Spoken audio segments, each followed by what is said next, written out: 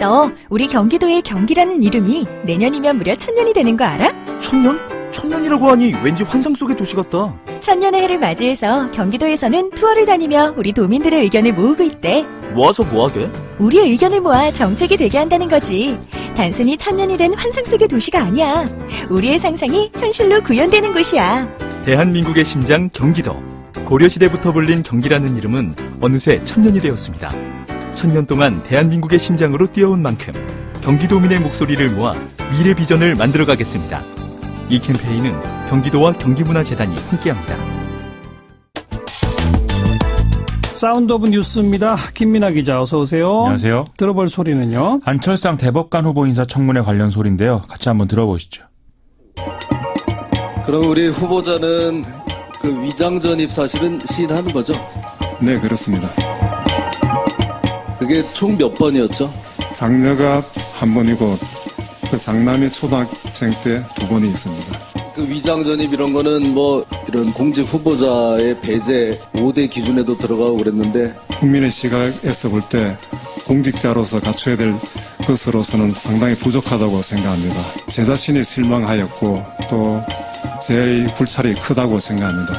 국민들께 죄송스럽게 생각합니다. 뭐 같은 동네에서 그냥 다른 아파트로 그렇게 했어요. 옆에 있는 학교의 차이가 그렇게까지 컸던 겁니까? 차 태워주기 좋은 곳으로 하다 보니까 그렇게 됐다고 합니다. 불과 그 한 1, 2km 차이밖에 안 날 것 같은데요. 같은 동네에서 다른 학교던데요. 좀 이해가 잘 안 되고요. 제 처가 장모님과 상의해서 장모님의 친구 집으로 옮긴 것으로 알고 있습니다. 네, 위장 전입 다 인정을 하네요.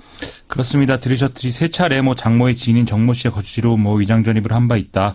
1993년 11월 달에 있었던 것은 딸의 초등학교 문제였고 1997년 10월 그리고 2001년 2월도 이제 아들 초등학교 입학 문제였다 설명하고 국민에게 사과한다 이렇게 얘기를 했고요.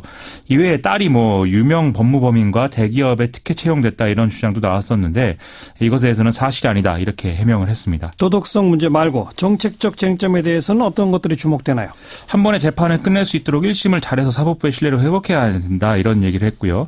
또 상고제도 개선 방안에 대해서는 상고 허가제를 기본으로 놓고 그 이후에 고법 상고부 설치나 대법관 증언을 검토해야 된다 이런 견해를 내놨습니다. 네. 양심적 병역 거부 문제 이것은 이제 입법적으로 대체 복무를 허용하는 게 가장 좋다면서 이제 국회로 좀 공을 넘기는 이런 답변을 했고요.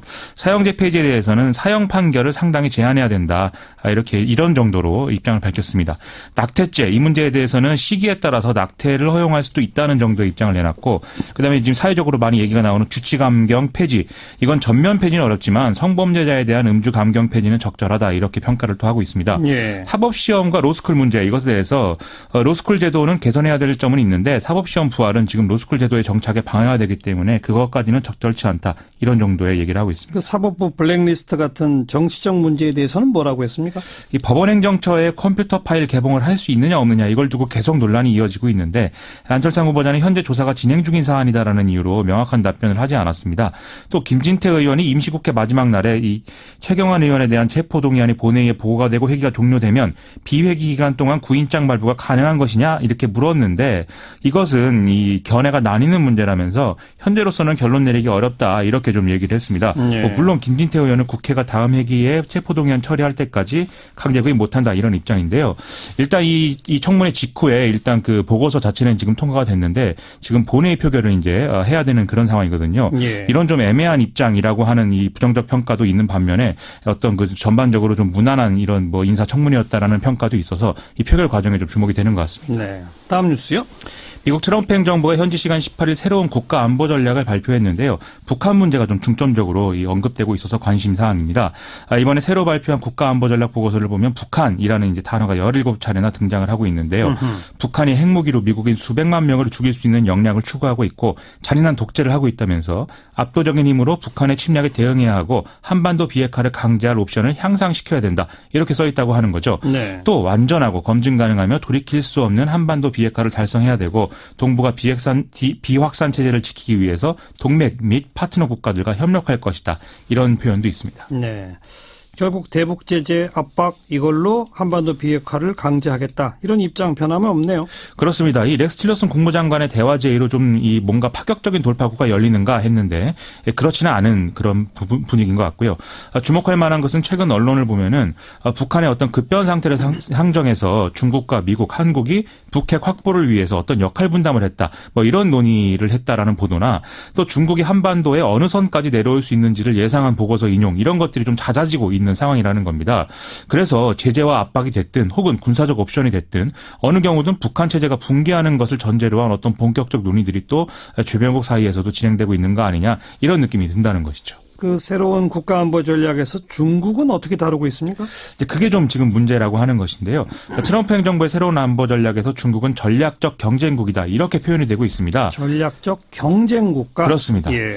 이 단어는 과거에 부시 행정부에서 잠깐 나왔었는데 당시에 중국이 이런 단어를 쓰지 말아달라고 항의를 했고 또 9.11 테러 이후에 중국과 어떤 협조가 잘 됐기 때문에 이 표현이 없어졌었거든요. 네. 그런데 이번에 이제 부활을 한 것이죠. 다시? 그렇죠. 네. 여기 보면 이제 중국 정부가 억압적 가치관을 유지하면서 미국을 약화시키기 위해서 경제적 침략을 추구하고 있다. 이렇게 써 있는가 하면 또 중국과 러시아가 아시아에서 미국을 교체하려는 시도를 하고 있다. 이렇게도 지금 이 설명이 되어 있습니다. 표현이 아주 세네요. 그렇죠. 그래서 미국과 중국이 좀 본격적으로 반목하기 시작하면 당연히 남북 관계도 여기에 영향을 받을 수밖에 없는 상황이고요.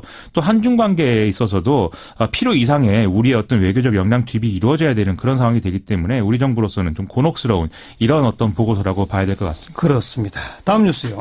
오늘 경찰이 질병관리본부와 합동으로 2대 목동병원에 대한 압수수색을 실시했습니다. 그래서 인큐베이터, 약물 투입기 등의 어떤 이 의무 기록과 처방 기록 등을 다 확보를 했는데요.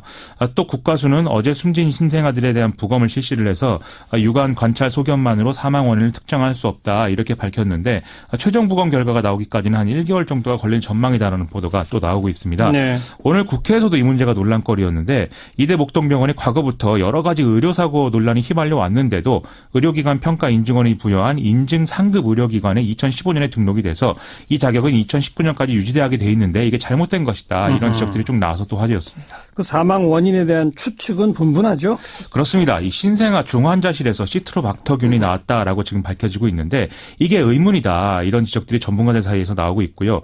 그래서 이것은 결국 병원 내 감염에 의한 것이다라고 추측할 수 있는 부분이다라는 지적들이 많이 있습니다. 또 유가족들은 당시 신생아 중환자실에 간호 인력이 상당히 부족했고 그러다 보니까 위생 관리가 제대로 되지 않거나 또 제대로 이제 뭐 준비가 되지 않은 다른 인력들이 손을 보태는 이러한 일도 있었다라고 주장하고 있어서 이게 또 원인 중 하나가 아니겠느냐 이런 얘기도 나오고 있는데요. 관련해서 또 주사나 수액 처치 등의 과정에 문제가 있었을 것이다. 전문가들의 이런 추측도 같이 보도가 되고 있는 상황입니다. 일부 임상실험이란 보도가 있던데 그건 뭐예요? 일부 유가족들은 병원이 모유 수유 관련 임상실험에 자신들을 참여시켰다 이렇게 얘기를 하고 있는 것인데요. 네. 이 인큐베이터에 있는 신생아에게 모유를 수유하는 것은 일반적이지는 않은데 이게 이제 2대 목동병원이 가족들의 동의를 받고 이것이 어떤 영향을 끼치는지에 대한 이제 실험을 진행하는 데 참여를 시켰다는 것이죠. 그래서 오늘 동아일보는 이 사실을 들어서 뭔가 보관 중인 모유가 변질됐을 가능성에 대해서 경찰이 수사하고 있다. 이렇게도 보도를 했는데요. 어쨌든 이것을 포함해서 정확한 사건의 전모 이것이 밝혀지기까지는 좀 시간이 많이 걸릴 것 같습니다. 차분하게 기다려봅시다. 다음 뉴스요. 오늘 박근혜 정권의 국정원 특활비 청와대 상납 의혹에 대한 재판이 열렸는데요.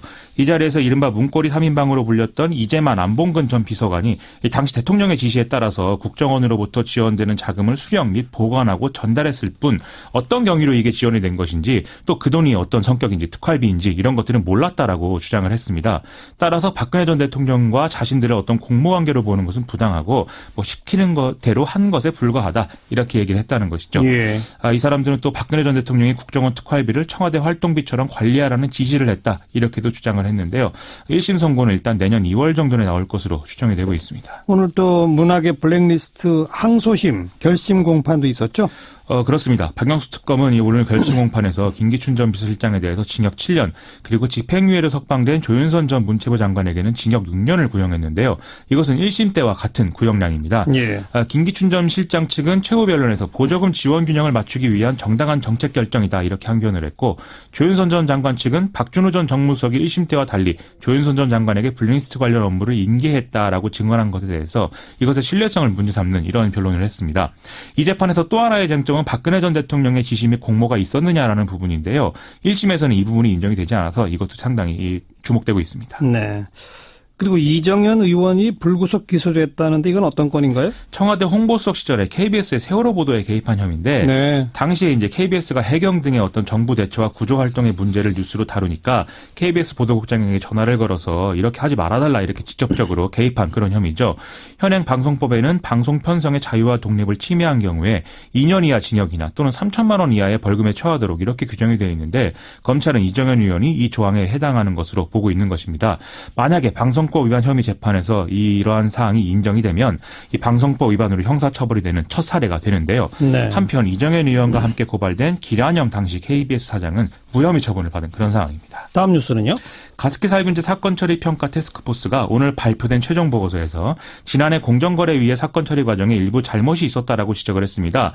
공정거래위는 지난해 8월에 애경과 SK케미컬이 가습기 살균제인 가습기메이트를 안전하다고 광고한 사건에 대해서 위해성이 명확히 확인되지 않아서 추가 연구가 필요하다는 이유로 위법 여부를 판단할 수 없다라는 결론을 내렸는데요. 이에 대해서 김상조 공정거래위원장은 대국민 사과를 했고요. 감사 요청 등의 후속 조치에 대해서는 모든 가능성이 열려 있다 이렇게 얘기를 했습니다. 구체적으로 뭘 잘못했다는 거죠? 일단 공정위의 결정 과정이 매우 부실했다는 것이고요. 당시 심의 절차 종료를 합의한 시점이 환경부가 가습기메이트를 사용한 2명을 폐질환 피해자로 인정한 다음 날이었다는 것이거든요. 이게 부처 간 협조가 전혀 안 됐다는 것을 보여주는 상황이라는 거죠. 또 공정위가 법 해석을 지나치게 엄격하게 했고 전원회의가 아닌 소위원회 등에서 처리한 것도 적절치 않다. 이런 지적입니다. 다시 하겠다는 의지의 표현이군요. 그렇습니다. 수고하셨어요. 고맙습니다. 김민아 기자였습니다.